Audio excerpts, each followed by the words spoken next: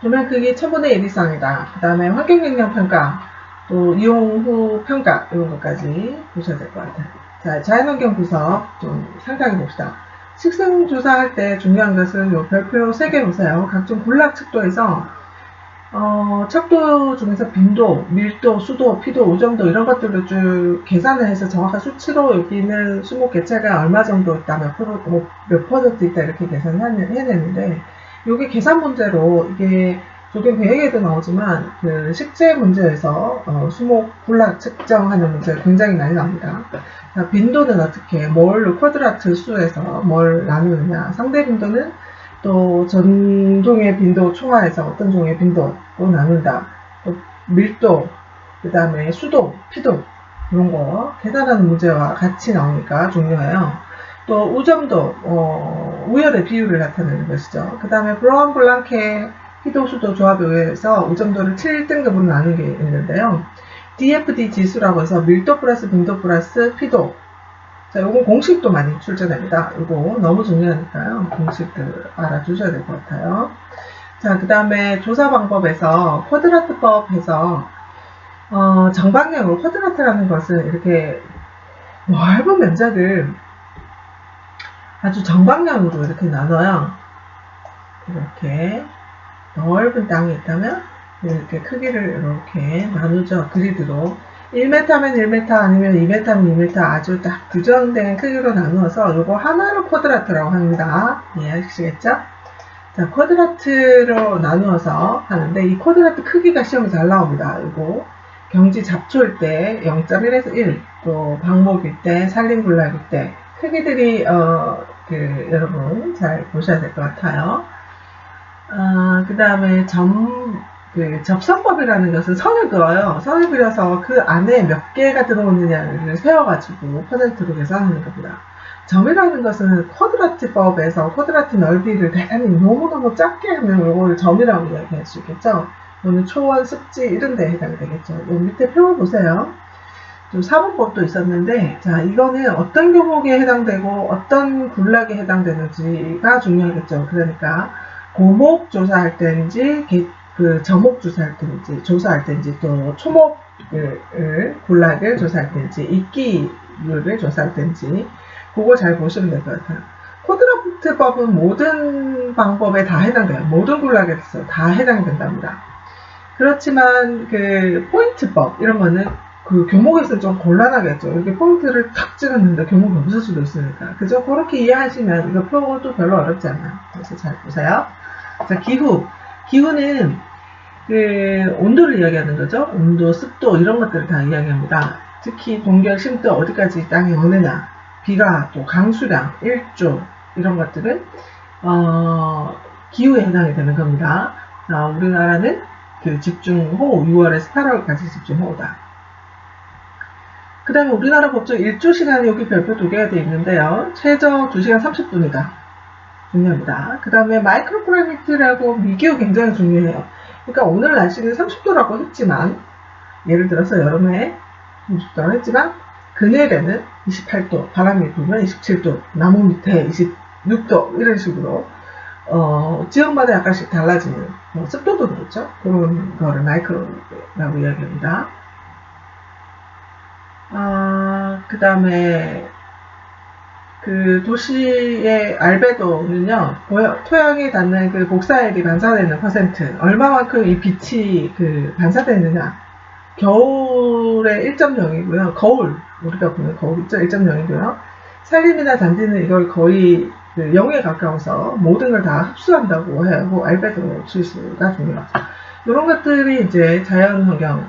그 다음에 대표적으로 토양조사 중요한데요. 우리는 땅에다가 조경을 하는 것이기 때문에 땅의 성분, 토양의 성분에 대해서 굉장히 중요해요. 특히나 식물을 심어야 되니까 이 식물이 얼마만큼 잘 자랄 수 있는지, 이 토양 단면도 밑에서부터 기암층, 모재층, 집적층, 흑토, 유기물층, A층, B층 해서 이 표시들, 그림들요. 다음 중 식물에 굉장히 유리한 유기물층은 무슨 층인가 해서 이 그림에 나오고 문제가 많이 출제됩니다. 이거는 별표 3개 굉장히 중요합니다. 또 근래에 조금 어려운 문제 중에서 토양 입자를 입상, 단림, 뭐 단단림 이렇게 구분하는 문제들 나왔었고요. 그 다음에 입상 구조에서 요게 토양 표층에 어떤 그 구조로 되어 있나, 판상, 배상, 주상, 요거 조금 어려운 문제지만 최근에 어려운 문제로 등장하니까 이거 잘 보셔야 됩니다.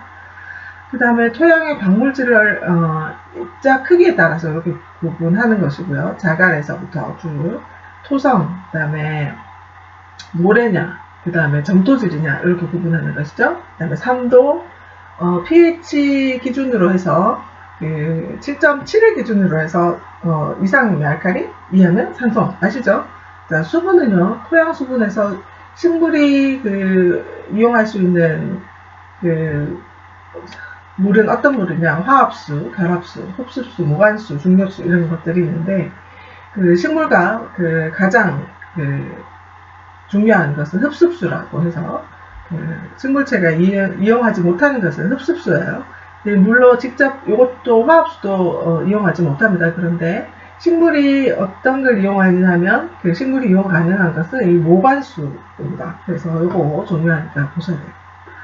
자, 토양조사 방법 있고요. 그 다음에 토양 생성작용의 포드조라 작용, 리테라이트화 작용, 그 다음에 염류화 작용까지 요거는 농화학 같은 이야기들이 있는데요. 최근에 이런 농화학 문제들이 굉장히 많이 나오고 있어요. 2015년, 2년쯤 해서. 그래서 요거는 제가 최근에 이제 첨가해 놓은 건데 이것도 잘 보셔야 될 것 같습니다. 굉장히 많이 출제되지는 않았지만 어려운 문제로 나옵니다. 자, 수문조사 물 이야기죠. 우수 유출량, 비가 왔을 때 물이 어떻게 유출되느냐 하는 이야기죠. 유술 개수, 우수 강도, 배수지 면적 다 곱해서 우수 유출량 계산합니다. 이거는 구조공학 문제에도 이거 계산하는 문제 똑같이 나옵니다. 자, 지질조사. 이 토양은 땅 위의 표면의 흙을 이야기하는 것이지만 이 지질은 흙 밑에 있는 암석의 종류를 이야기하는 겁니다. 이게 화성암인지 변성암인지 퇴장암인지 그런 것들은 이제 지질 조사를 보링 조사부터 시작해서 어떻게 하는지 보시기 바랍니다.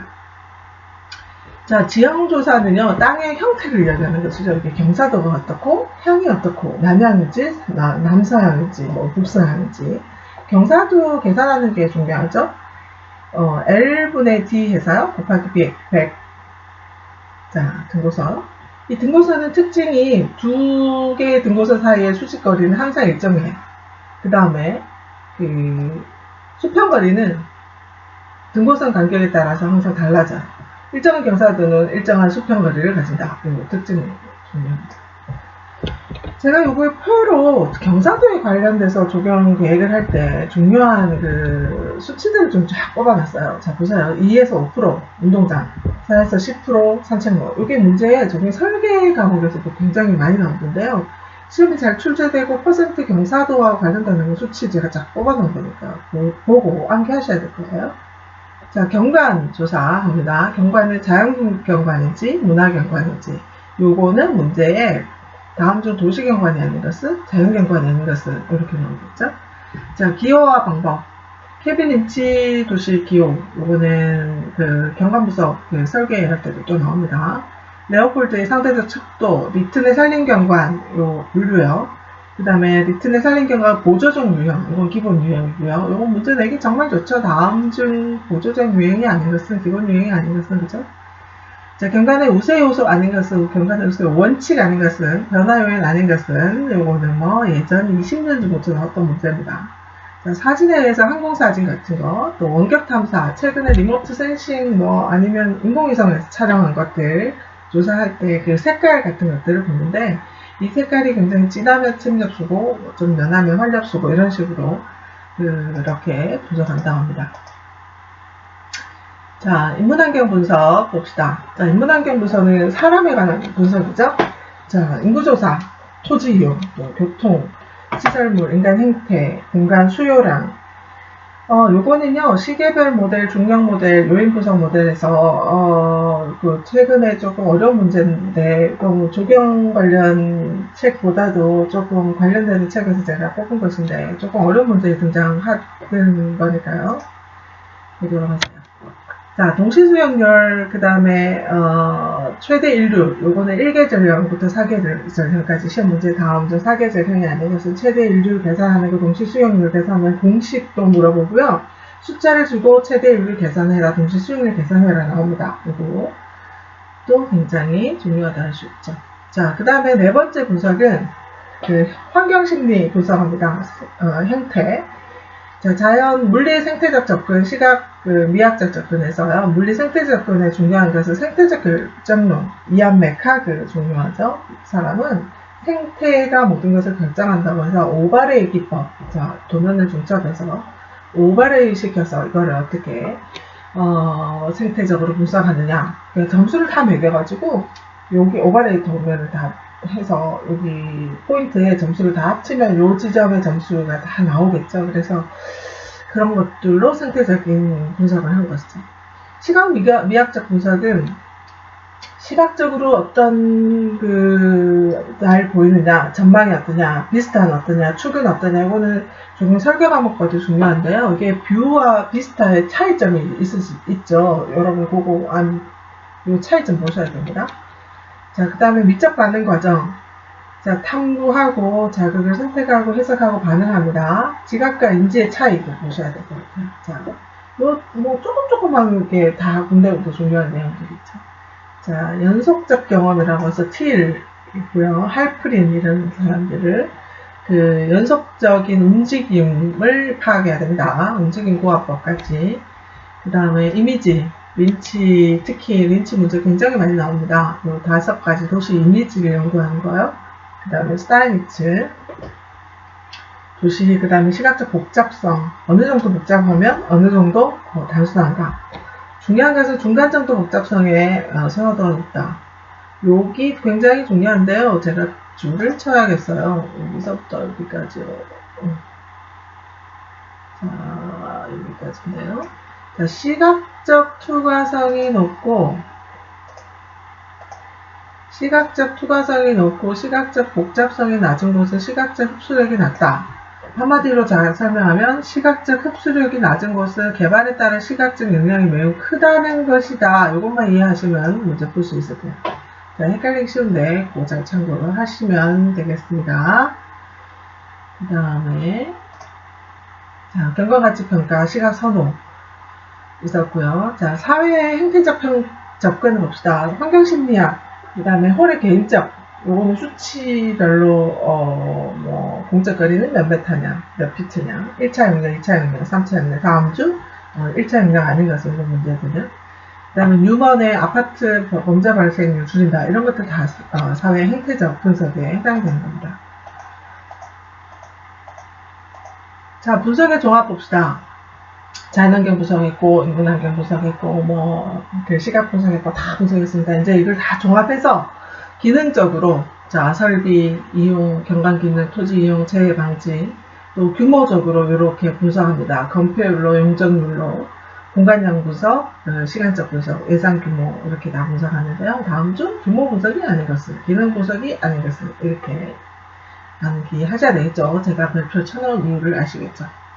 자, 구조 분석해야 되고요. 상태적으로 분석해서 상위 계획, 제일 높은 계획, 우리나라 국토종합개발계획, 그 다음에 토지의 이용 및 개발에 관한 법률, 이런 상위법들을 다 수용해서 계획을 해야 된다. 그 다음에 이 모든 부족한 내용들 중에 어떤 것을 활용하고 어떤 것을 개선하고 해서 어떻게 종합할 것이냐 해서 분석을 종합한답니다.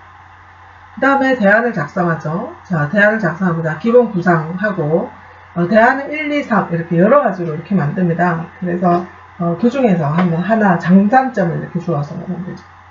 그 다음에 기본 계획을 하는데 기본 계획에서는 프로그램 작성하죠. 이 프로그램은 주로 글로 되어 있습니다. 여러 가지. 그 다음에 토지 이용 계획을 하고요. 보통 동선 계획하고요. 어떻게 동선을 어떻게 만들고 차량을 어떻게 통화시키고 어디가 진입로고 이렇게. 그 다음에 공간 시설부 계획 어디다가 무엇을 배치하느냐로 결정하시는 거죠. 그 다음에 식재 계획 하시고 하부 구조 계획. 이거는 하부 구조 계획 가끔 시험 문제에 나오는데요. 전기, 전화, 땅 밑에 들어가는 시설물들을 이야기해요. 가스 이런 것들요. 그 다음에 집행 계획. 돈을 어떻게 해서 어떻게 실행할 것이다 하는 계획이죠.